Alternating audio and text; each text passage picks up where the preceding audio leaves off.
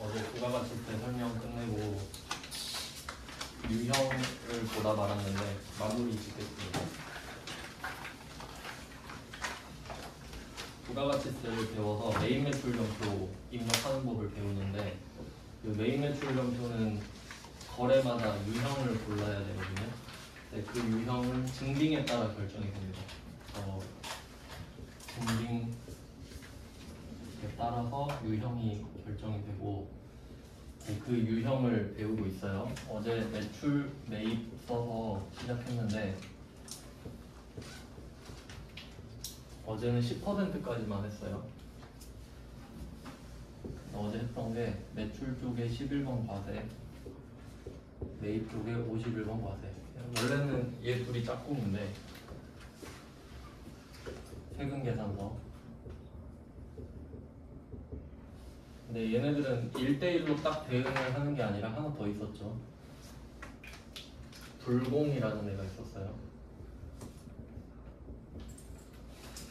그래서 51번 과세랑 54번 불공은 이름이 아예 다르지만 얘 둘은 상관관계가 있죠. 과세는 공제라는 뜻이고요. 불공은 불공제라는 뜻입니다. 그리고 엄밀히 따지면 매입 쪽은요, 그 부가가치세를 냈을 때 돌려받을 수 있을 때만 매입 매출점표에 써요. 그러니까 이 불공은 되게 특이한 거예요. 공제를 받지도 못하면서 굳이 쓰는 거거든요. 그래서 얘만 예외라고 볼 수 있어요. 그러니까 나머지는 다 공제예요. 얘만 불공제고. 그리고 이거 글자를 다른 색깔로 썼었죠. 짝꿍이 없어서 54번 불공은 빨간색으로 썼습니다. 얘는 짝이 없어요. 그리고 또 짝이 없는 애가 14번 건별. 이 건별 같은 경우는 그 무증빙인데요. 무증빙. 증빙이 없는 상태로 물건을 팔아요. 근데 애초에 매출 쪽은 전제 자체가 물건을 팔면 부가세를 내야 된다라는 게 깔리고 시작하기 때문에 사실 증빙이 없어도 부가세를 내는 건 맞잖아요. 근데 부가세를 내는데 증빙이 없는 경우를 건별이라고 합니다. 뭐 그냥 그런 경우고, 얘는 할 때 자세히 설명드릴게요. 그 다음에 또 했던 게 17번 가과, 현과.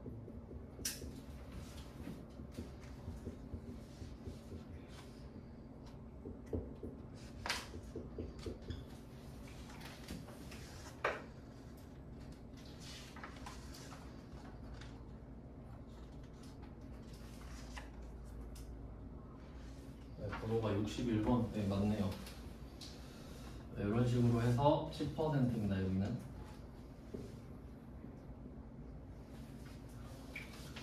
매출 쪽은 10%를 걷어서 낸다. 매입 쪽은 10%를 냈는데 불공은 불공제고 나머지는 다 공제예요. 얘네들도 기본적으로 공제를 깔고 가고요. 그리고 얘네들은 또 유의하셔야 될 게 지금 그 두 개를 봐야 되는데, 일단은 지금 10%니까 과세가 전제로 깔려야 되고, 과세 중에서도 뭐 어제 말씀드렸다시피 세금 계산서를 발급할 수 있어야 돼요. 세금 계산서 발급 가능 사업자.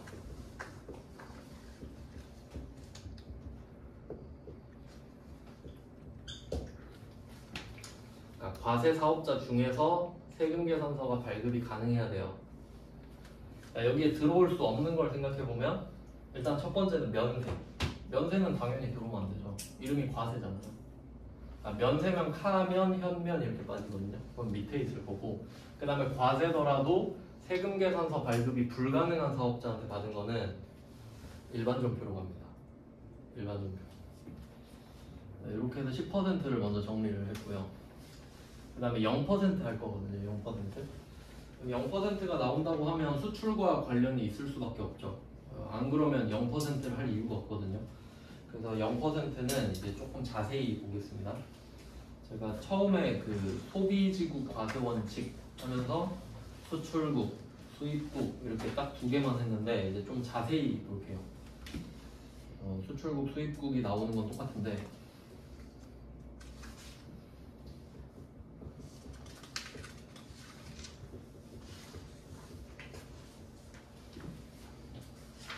있지만 좀 더 디테일하게 보겠습니다.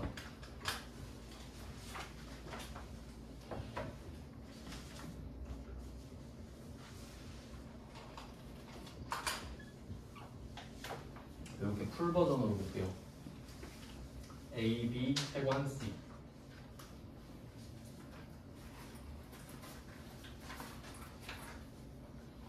네, 이렇게 해서 보겠습니다. 그러면 일단 수출하면 0%라고 한 이유가 수입국에서 과세를 하기로 했기 때문에 수출국은 과세권을 포기하기 때문에 이때 B가 수출업자거든요. B가 해외로 물건을 쏘고 있죠. 그럼 이 사람을 직수출업자라고 합니다. 직수출업자. 직접 수출하는 사람을 직수출이라고 해요. 우리가 흔히 말하는 수출이에요. 이 사람은 0% 세율을 적용을 받겠죠. 그리고 그 증빙이 유형을 결정한다고 했잖아요. 근데 이때 이 B 입장을 보면은 C한테 줄 거잖아요, 물건을. 나라가 달라요. 그러면 우리나라 거 세금 계산서 줘봤자 의미 없거든요. 그래서 안 줘요. 어차피 필요 없지 않냐? 너 우리나라 거 필요 없잖아. 그냥 안 줍니다. 그래서 수출업자는 되게 간단해요. 0%고 증빙이 없어요. 그러면 증빙이 없는데 유형을 어떻게 결정하냐? 얘는 그냥 수출했다 이렇게 말해요. 그러니까 증빙이 없으니까 이 상황으로 문제를 내겠지. 수출했다. 그럼 아 수출했으니까 수출이구나 이런 식으로. 증빙이 없으니까. 그 다음에 A를 볼게요. A는 이 B가 직수출업자잖아요. B가 수출할 때 필요한 물건을 납품해요. A는. 그럼 A가 없으면 B는 수출을 못하는 거지. 그러면 이때 이 A는 진짜로 수출을 하는 건 아니거든요. 근데 간접적으로 수출을 했다고 봐요. 그래서 얘도 0%를 인정해줘요.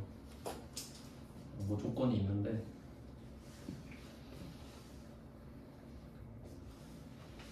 자 그럼 이쪽도 영세율이네요. 그럼 A는 0% 적용을 받는데 B는 증빙을 안 줘도 돼요. 나라가 다르니까요. 근데 A 같은 경우는 A가 B한테 물건을 주잖아요. 0%로. 그러면 세금 계산서를 줘도 안 줘도 되나요? 라고 하면 둘이 같은 나라잖아요. 안 줄 이유가 없죠. 너는 줘야지. 이렇게 되죠. 그래서 얘는 세금 계산서를 발행을 해야 돼요. 같은 나라 안에 통제 가능하니까. 근데 세율이 0%죠. 그래서 이름이 영세율 세금 계산서예요.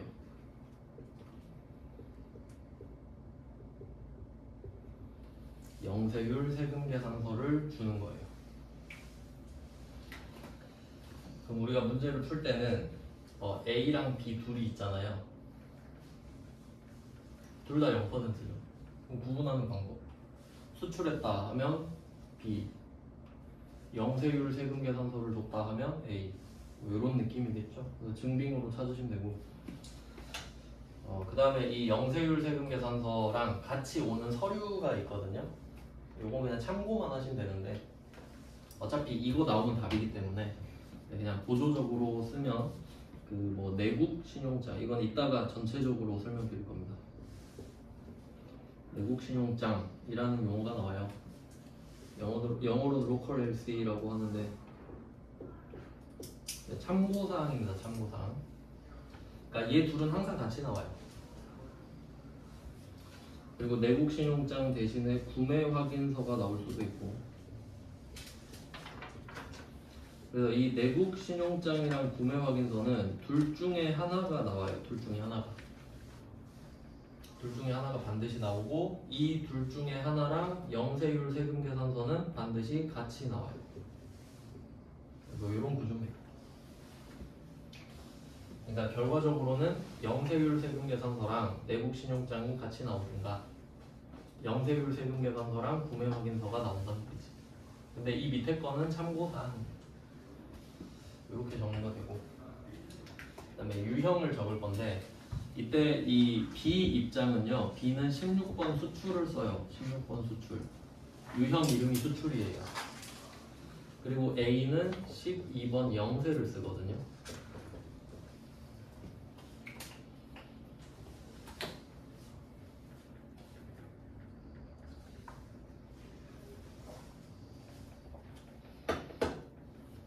둘 다 0%긴 한데 상황이 다르니까 구분해 주는 겁니다. 그러니까 수출도 0%죠. 영세도 0%고 이렇게 돼요. 이쪽이 매출 쪽이겠죠. 그러면 또 반대로 생각해 보면 A 입장이 매출 영세일 거 아니에요. 그러면 매입 영세도 있겠죠. B가 매입 영세겠죠. 그리고 16번 수출 가겠지. 이 정도까지 생각하시면 돼요. 매출은 이 정도가 좀 간단한 편이에요. 그다음 수입 쪽이 복잡해요. 근데 우리가 수입을 할 수도 있잖아요. 지금은 수출한다고 전제하는데 이제 바꿔보는 거죠. 이제 우리가 수입국이에요. 그러면 수출 쪽에서는 물건을 쏘는데 자, B 입장에서 C를 보고 물건을 쏘잖아요. 근데 세관이 먼저 물건을 받아요. 우리도 직구하면 세관에 물건이 갇혀 있잖아요. 그리고 관세랑 부가가치세를 내야 물건을 보내줍니다. 그래서 세관이 물건을 딱 잡는 거예요. 그럼 이때 물건 가격을 1,000원이라고 한번 해볼게요. 1,000원. 그럼 A, B, 세관 C가 있는데 C가 B한테 물건을 사겠다고 연락을 하겠죠. C가 B한테 연락을 해서 1,000원짜리 물건 한 개 삽니다 이런 거잖아요. 그러면 B는 1,000원 주세요 이러겠죠. 1,000원을 줘.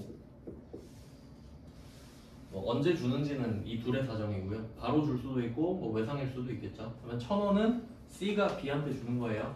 이거 중요해요. 그 다음에 물건을 B가 1,000원짜리를 C한테 보냈죠. 하지만 세관이 이 물건을 받아요. 그리고 세관이 C한테 연락을 해요. 100원 내놔. 부가세 내놔. 그럼 C 입장을 생각해 볼게요. C가 자기 나라에서 같은 나라에서 우리나라로 치면 1,000원짜리 물건 살 때 1,100원 내야 되죠. 근데 수입하려고 하는데 B 입장에서는 부가세를 거둘 생각이 없잖아요. 어차피 뭐 너랑 나랑 나라도 다르고 나 부가세 안 걷어도 돼. 1,000원만 입금해 이럴 거 아니에요. 그럼 C도 덩달아서 1,000원만 내게 되잖아요. 그래서 세관장이 보더니 야 너 원래 우리나라에서 물건 사면 1,000원짜리 1,100원이잖아. 그럼 해외에서 산 것도 1,100원이지. 100원 내놔. 뭐 그렇게 억울한 건 아니죠. 그냥 뭐 그렇구나. 그래서 100원을 내요. 그럼 물건을 받는 거지. 그럼 이제 C 입장을 볼게요. C는 물건을 수입한 겁니다. 그리고 세율을 생각해 볼게요. 우리 처음에 배웠던 게 소비지국 과세 원칙이죠. 그럼 수출국은 다 0%잖아요. 왜냐면 얘네한테 과세를 위임했으니까.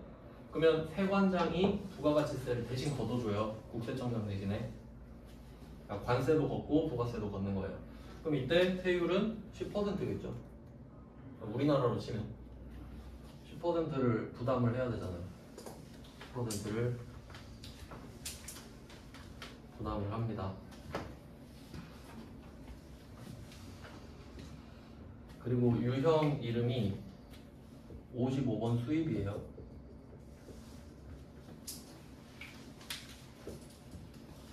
그럼 수출 반대가 수입인데 둘이 세율이 다르죠?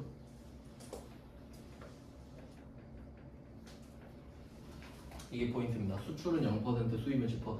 우리나라 기준으로.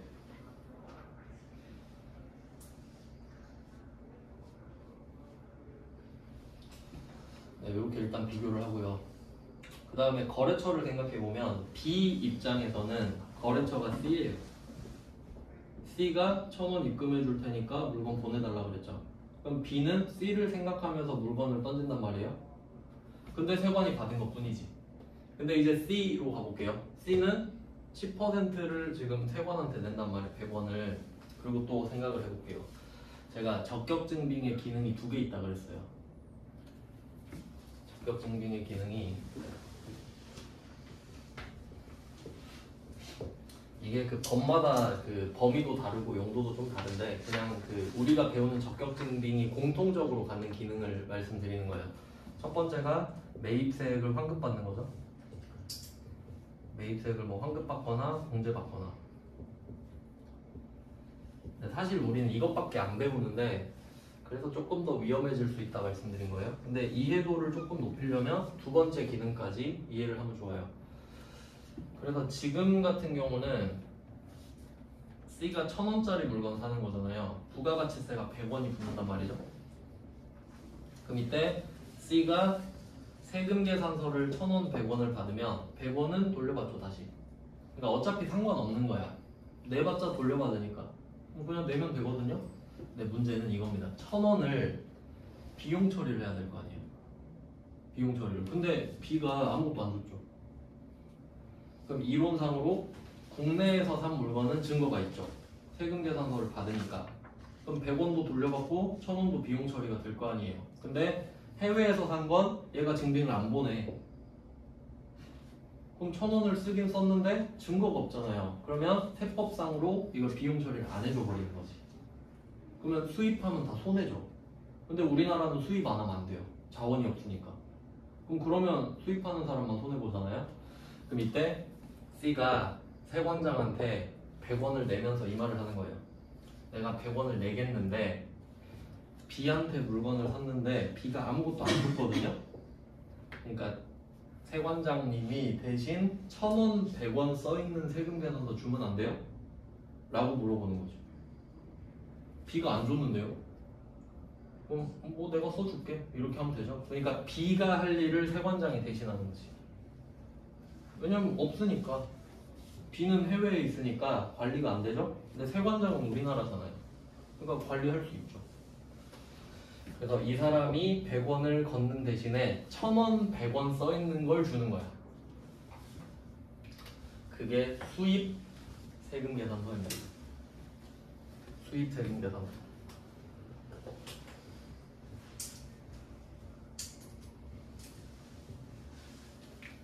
이 두 번째 기능은 비용 처리예요. 세법상 비용 처리인데. 그래서 세관장이 형식적으로라도 C한테 수입 세금 계산서라는 걸 줘야 이 C가 1,000원에 대해 비용 처리를 받을 수 있겠죠. 그러면 결국 국내에서 산 거랑 해외에서 산 거랑 똑같은 효과가 있는 겁니다. 기능이 같아지죠.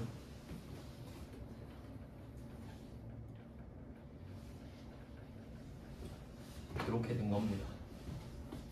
그러면 B 입장에서는 거래처가 C라 그랬죠. C를 생각하면서 물건을 던졌으니까. 근데 C 입장에서는 거래처가 세관장이에요. 세관장이 나한테 증빙을 줬잖아요. 그러니까 요것도 포인트입니다. 그러니까 수입이 중요해요, 이거.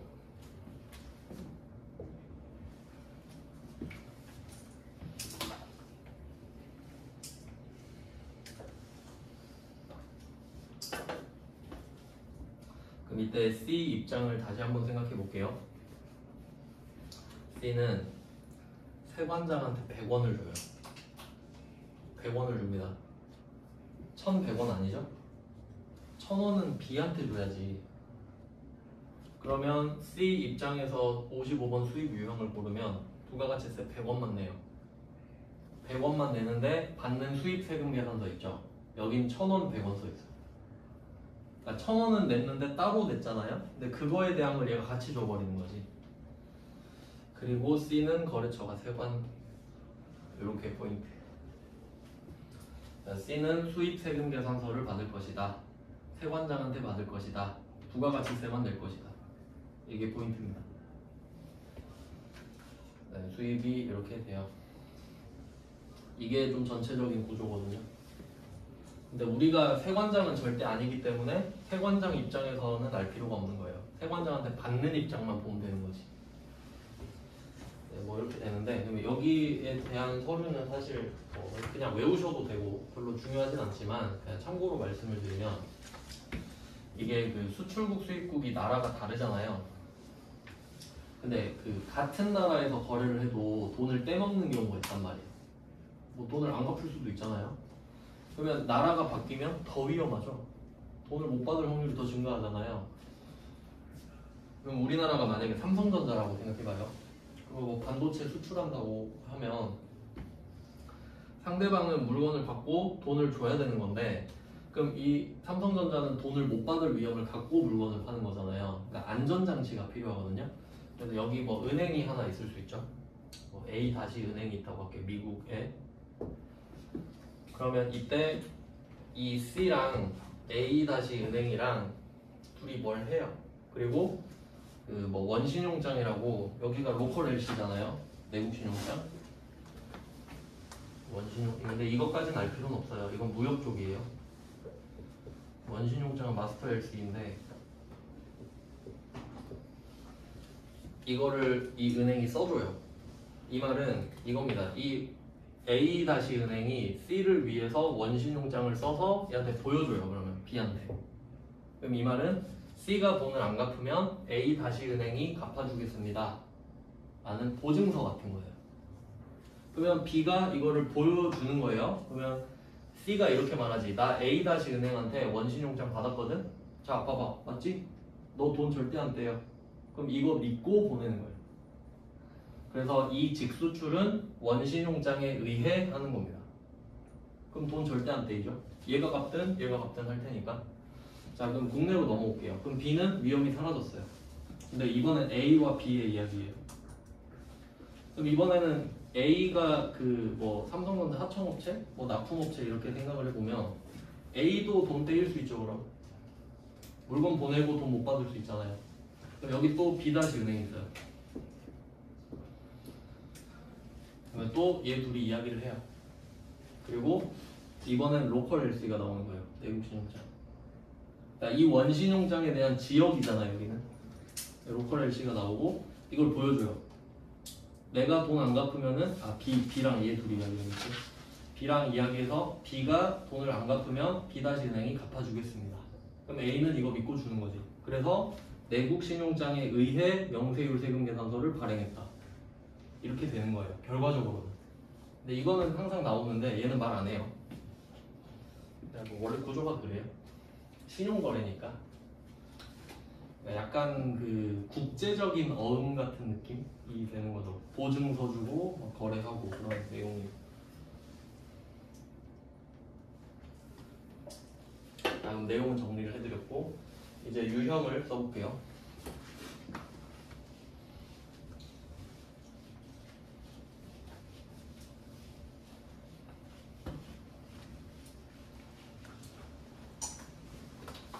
그럼 0% 하면 수출 수입인데 둘이 이름이 다르잖아요.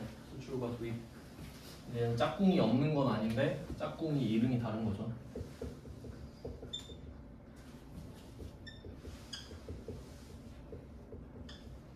이렇게 돼요. 그럼 이게 0%인데 엄밀히 따지면 경계선이 바뀌죠.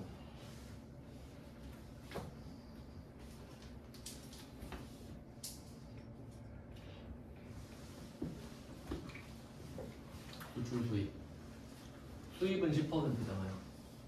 그럼 수입은 10%로 들어가야지. 얘는 0%.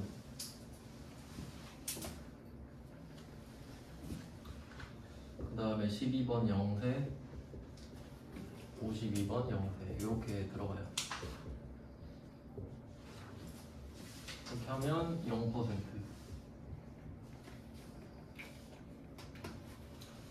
0%는 3개네요, 3개.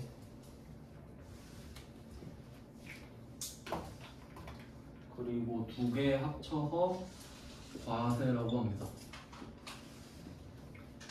2개 합쳐서 과세예요. 정확하게는 0%도 과세입니다.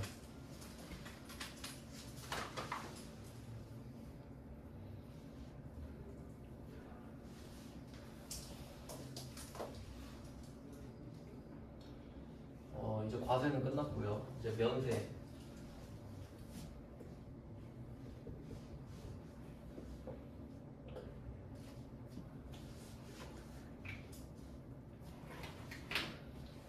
이제 면세로 넘어옵니다. 그러면 매출부터 보는데 매출 쪽에서 면세는 사실 우리 입장에서는 면세 물건을 팔 일은 잘 없어요. 우린 과세 사업자니까. 근데 정말 어쩌다가 땅을 팔았다 같은 예시가 나오면 땅이라는 물건 자체가 면세거든요. 그럼 이 물건은 과세사업자가 팔든 면세사업자가 팔든 면세예요. 왜냐면 이 물건이 면세니까. 그래서 가끔 그런 상황이 있을 수도 있죠. 그럼 그때 우리가 땅을 팔게 되면 공식적으로 계산서를 줘야 되거든요. 계산서. 그때 나오는 게 13번의 면세. 그러니까 흔하진 않은데 나올 수는 있다 정도. 땅을 판다 정도 예시를 기억해 놓으시면 되고요. 그럼 파는 쪽은 뭐 흔치 않죠. 근데 사는 쪽은 뭐 많이 있겠죠. 사는 거는 살 수 있으니까. 파는 건 잘 없어도 반대편에 53번 면세가 있고요. 그러니까 얘 둘은 계산서로 묶여 있어요. 계산서. 계산서. 영세는 영세율 세금 계산서였죠.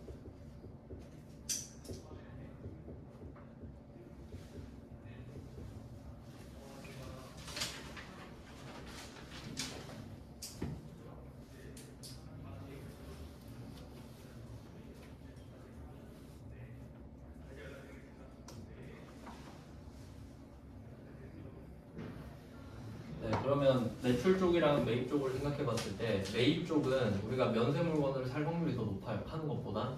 그럼 이때 면세 물건을 카드로 살 수도 있고 아니면 뭐 현금 영수증으로 살 수도 있죠. 그래서 이쪽은 카면이랑 현면도 볼 거예요. 카면, 현면.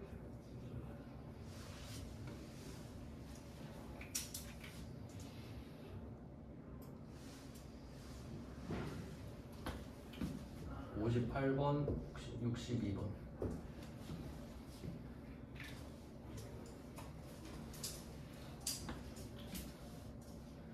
그리고 이 두 개는 면세니까 면세사업자.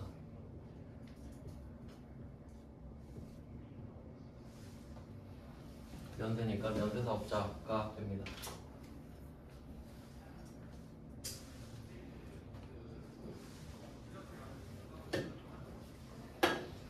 그래서 요걸 조심하셔야 돼요.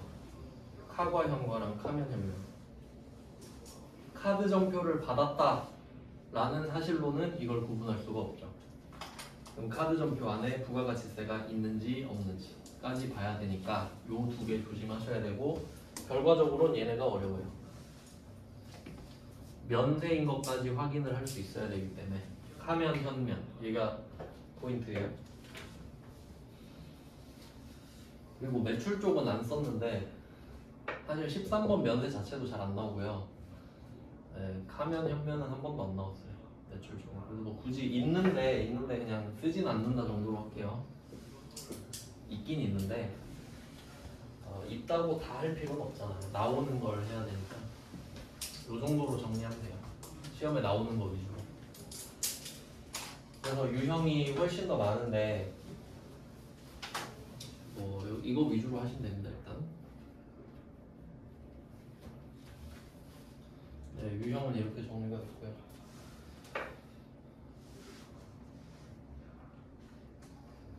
이제 하나씩 볼 건데 자료를 뽑아놨는데 제가 갖고 와서 좀 나눠드릴게요.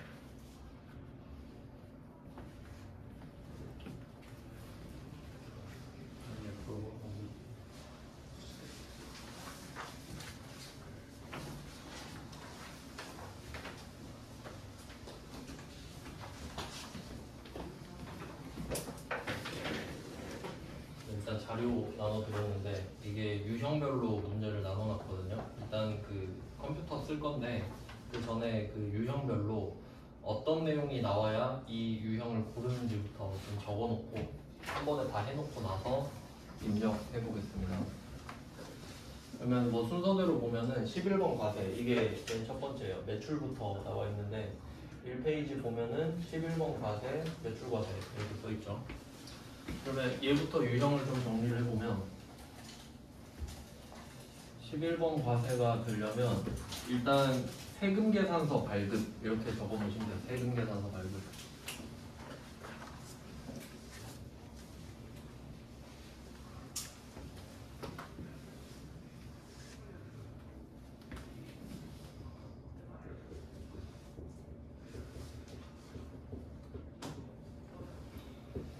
세금 계산서 발급하면 11번 과세입니다.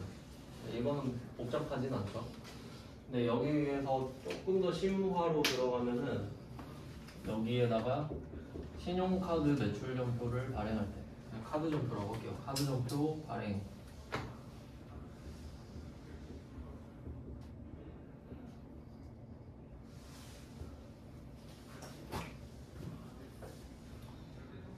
어제 한번 말씀드렸는데 같은 물건에 대해서 세금 계산서도 주고 카드 점표도 발행했을 수 있죠. 그러면 한 개만 인정하기 때문에 세금 계산서만 발급한 게 돼요. 그래서 결국 11번 과세. 둘 다 해도 11번. 세금 계산서만 해도 11번. 이렇게 되고요. 얘는 뭐 나머지는 직접 하면서 설명을 드리고 그리고 쭉 넘어가면 7페이지에 카과 나오는 카과.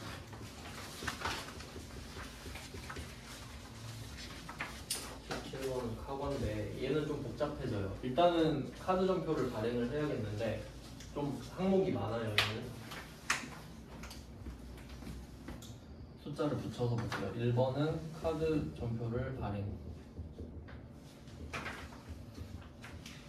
이게 뭐 신용카드든 체크카드든 상관이 없기 때문에 그냥 카드 점표라고 하겠습니다. 일단 카드 점표를 발행을 해야 되고요. 그 다음에 두 번째는 과세 물건을 또 팔아야 되죠. 과세 물건.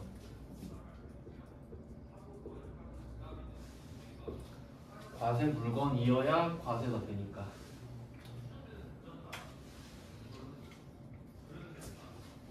다음에 세 번째는 세금 계산서 발행을 하면 안 되죠.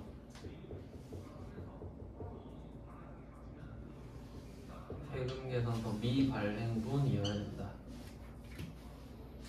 그 이유는 세금 계산서를 발행을 하면 11번으로 올라가기 때문이죠. 겹치는 부분 있으면 안 되죠.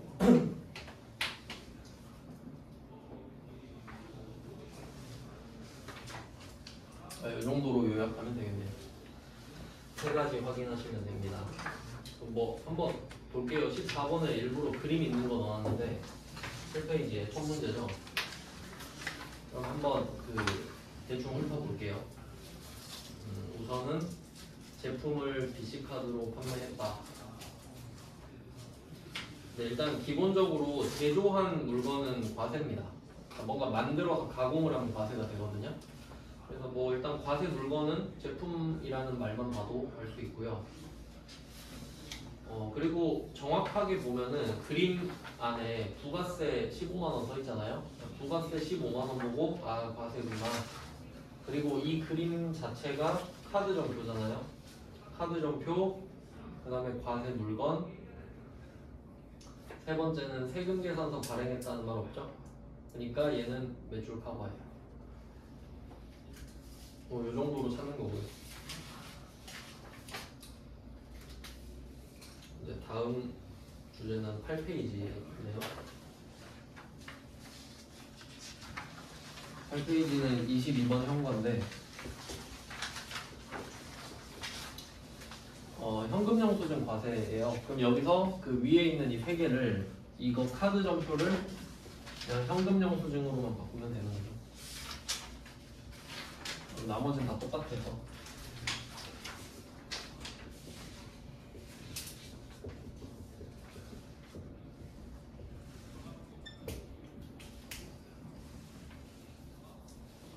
나머지는 똑같다고 하겠습니다. 똑같다.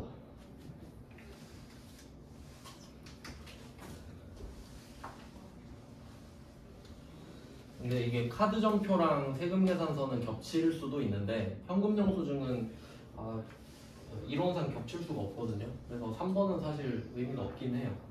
그런 문제를 낸 적도 없고 안 되니까. 참고로 이렇게 알고 계시면 돼요. 그 다음은 14번 건별이죠. 건별.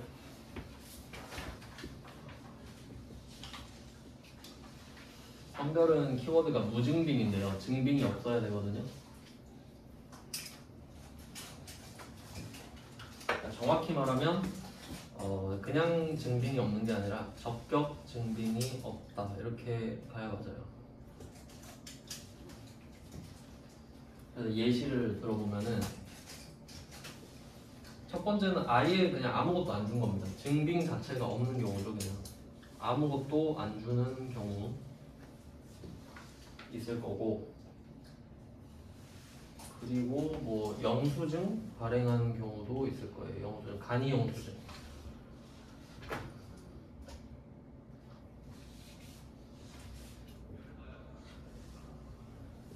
간이 영수증을 발행해 주는 경우.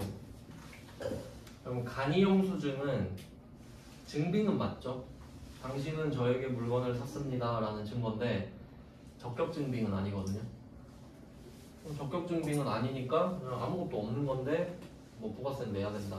근데 그게 어떤 의미가 있냐면 세금 계산서 같은 경우는 국세청에 신고를 하거나 아니면 전자 형태로 남아 있거든요. 그러니까 전산상에 남아 있는 형태인 거예요. 그리고 카드 점표랑 현금 영수증도 거래를 하면 금융감독원으로 바로 자료가 간단 말이에요. 그럼 걔네들도 전산상으로 다 남아 있죠. 근데 간이 영수증 같은 경우는 그냥 내가 따로 줄 수 있는 거예요. 그러니까 너랑 나만 아는 거거든. 그러니까 국세청 입장에서는 줬는지 안 줬는지 알 수가 없잖아요. 그럼 그냥 안 준 거지. 이렇게 되는 거예요. 그러니까 나는 간이 영수증을 줬지만 국세청은 모른다 이거죠. 그러니까 안 준 거랑 똑같아. 그 다음에 뭐 거래 명세서 이런 것들도 있죠.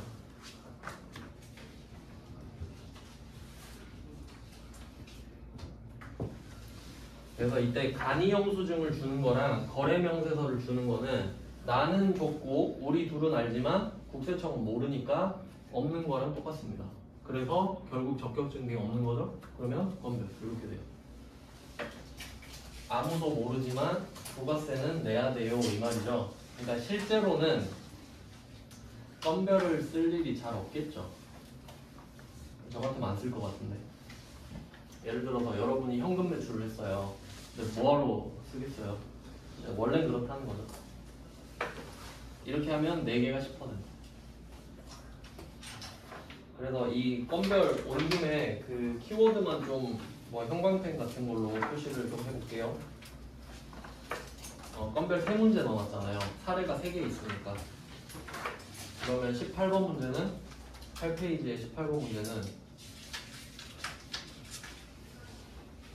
제품을 팔았는데 110만 원에 부가세가 포함되어 있어요. 부가가치세가 있으니까 과세죠. 근데 이때 매출에 대한 증빙을 발행하지 않았대. 그럼 아예 증빙이 없는 거죠? 증빙을 발행 안 한 거예요? 그럼 요거는 건별 맞죠? 그래서 매출에 대한 증빙은 발행하지 않았다. 요거를 표시해 주시면 되고.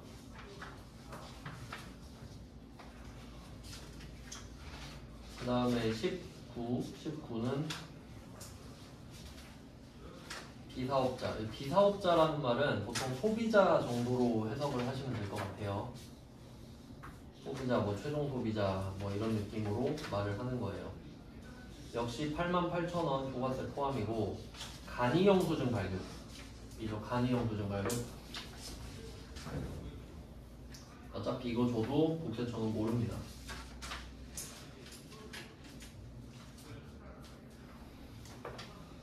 그 다음에 20번은 거래 명세서 발급. 이 정도 3개 정도 사례가 있어요. 건별은. 그 다음에 9페이지 넘어가 보겠습니다. 매출 쪽만 정리하고 좀 쉴게요. 수출 이 수출은 키워드가 그냥 수출인데 근데 선적이라는 말이 나올 거예요. 그럼 찾아볼게요. 21번 문제 보면은 일단 직접 수출이라는 말 있죠. 이게 수출이에요. 우리가 아는 수출은 직접 수출. 직접 수출 하나 표시하시고, 그리고 선적1 나왔죠. 선적1 배다 싣는 날. 부가가치 세법상으로도 그렇고 회계 기준상으로도 그렇고 수출한 날을 선적일로 봐요. 그러니까 배에다 물건 실으면 수출인 거죠. 그래서 직접 수출이랑 선적이랑 같은 뜻으로 보시면 돼요. 그래서 수출은